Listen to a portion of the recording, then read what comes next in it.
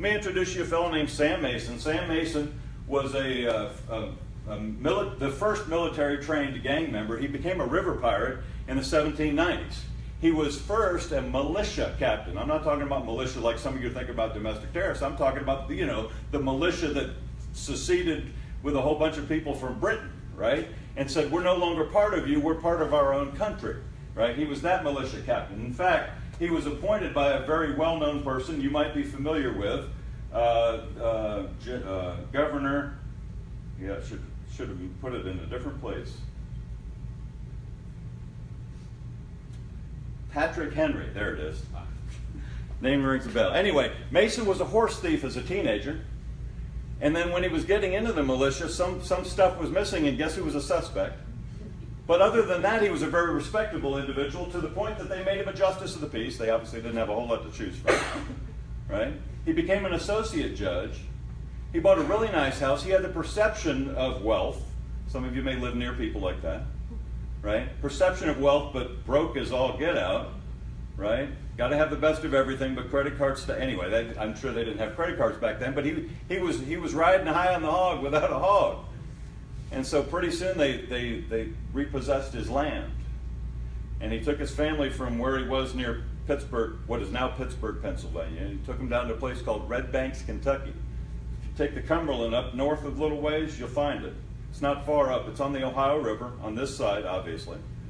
And Red Banks is now Henderson, Kentucky. Stayed there for a while, and then the folks from Pennsylvania came hunting him down because they sold his farm, and they still didn't get enough from the money he owed. And so they came looking to him to either get the money or to maybe arrest him if that's what it was necessary. So they chased him and they found him in Red Banks, and they run him out of there. Actually, he got wind that they were coming, and he headed towards Cave in Rock, Illinois. Does that sound familiar?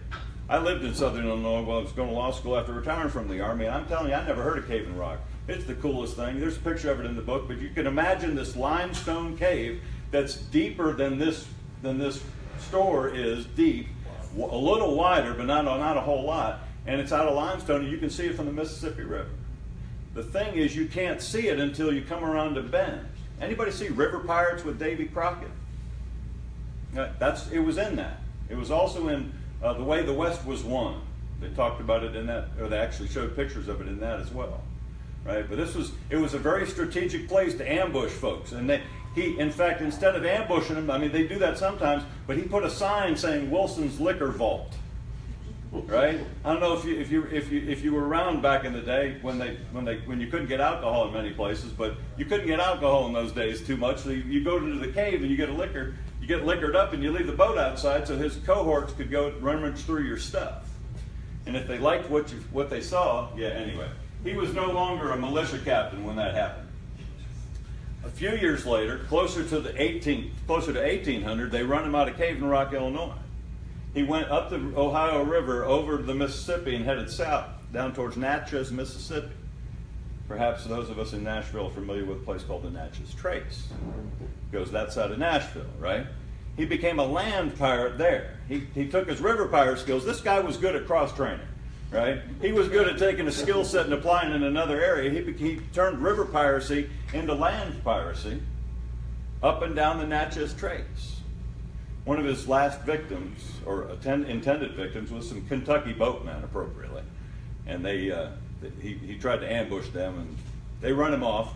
He ended up being arrested because some of his collaborators liked the ransom that was being offered for his head. $2,500 at the time was a lot of money, more than they liked him. So they turned him in. What was sad was they were both criminals as well, so they didn't get to collect. They just got to be arrested. Best setup in town.